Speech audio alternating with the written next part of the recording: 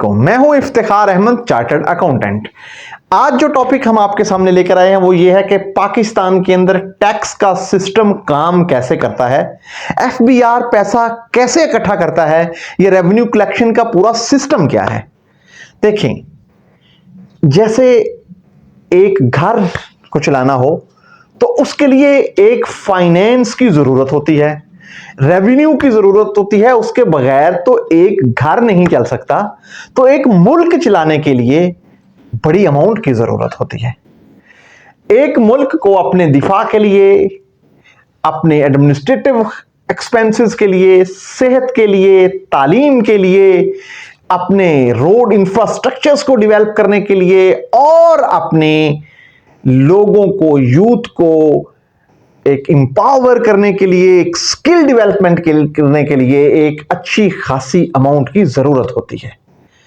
तो कोई भी मुल्क जो अपना रेवेन्यू कलेक्ट करता है उसका मेजर हिस्सा 90% वो उसके टैक्सेशन के ऊपर डिपेंडेंट होता है। पाकिस्तान के अंदर उस टैक्स को जमा करने की जिम्मेदारी वो जिस डिपार्टमेंट के पास है उसका नाम है FBR, federal board of revenue. वो टैक्स इकट्ठा करता है। वो टैक्स किस तरह इकट्ठा करता है, किन किन एरियाज के ऊपर वो टैक्स पार करता है, वो सारी सिचुएशन को आज हम एक ओवरव्यू लेते हैं कि इस पूरा स्ट्रक्चर काम कैसे करता है। बुनियादी तौर पर टैक्स कलेक्शन के दो मेथड होते हैं जो आपने बड़ा कॉमन सुना हुआ है। एक है डायरेक्ट टैक्स और दूसरा होता है इनडायरेक्ट टैक्स। डायरेक्ट टैक्स क्या होते हैं?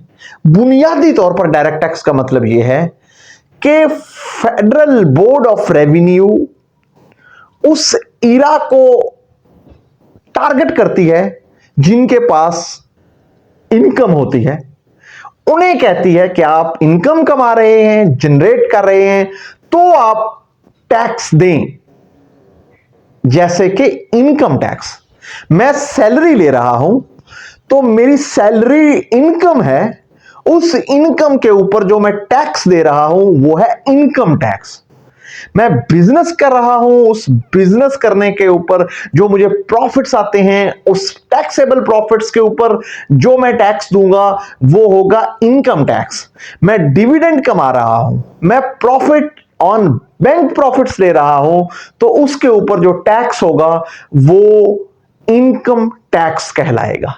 बुनियादी तौर पर जितने भी डेवलप्ड कंट्रीज हैं, जितने भी तरक्की याफ्ता ममालिक हैं, उनका मेन कंसर्न डायरेक्ट टैक्सेस के साथ होता है, क्योंकि ये आप सही जगह टारगेट कर रहे होते हैं कि आप उनसे टैक्स ले रहे होते हैं जिनको टैक्स देना चाहिए।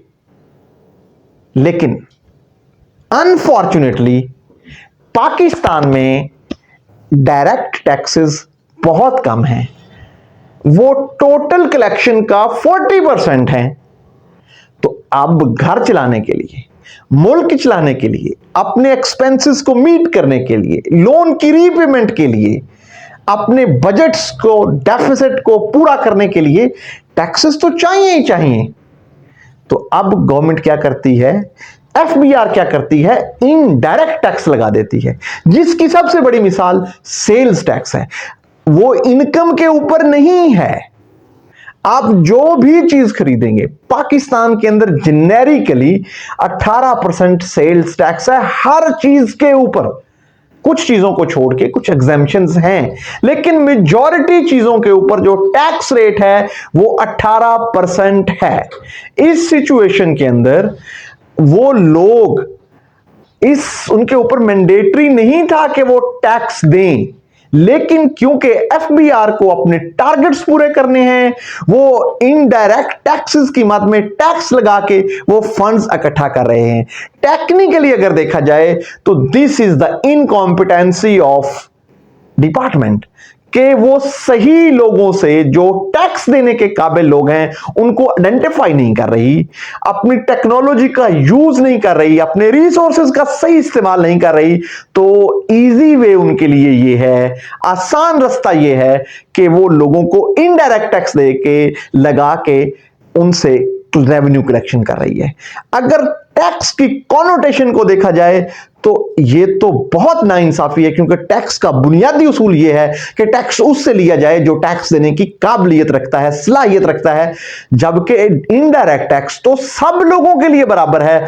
चाहे कोई करोड़पति है, वो भी माचिस की डब्बी खरीदने के ऊपर 18% टैक्स दे रहा है, चाहे कोई गरीब है वो भी 18% दे रहा है। लेकिन ये शो करता है कि हमारे टैक्स डिपार्टमेंट की इनएफिशिएंसी है, वो प्रॉपर सही लोगों से टैक्स इकट्ठा नहीं कर पा रहा, तो इस वजह से उसका ज्यादा इन्हिसार, ज्यादा डिपेंडेंस उसकी इनडायरेक्ट टैक्स के ऊपर होती है। यह है एक ब्रॉडर पिक्चर। हम इसको एक एक करके एक्सप्लेन करेंगे ताकि आप इस टैक्सेशन के सिस्टम को आसानी से समझ सकें। Thank you.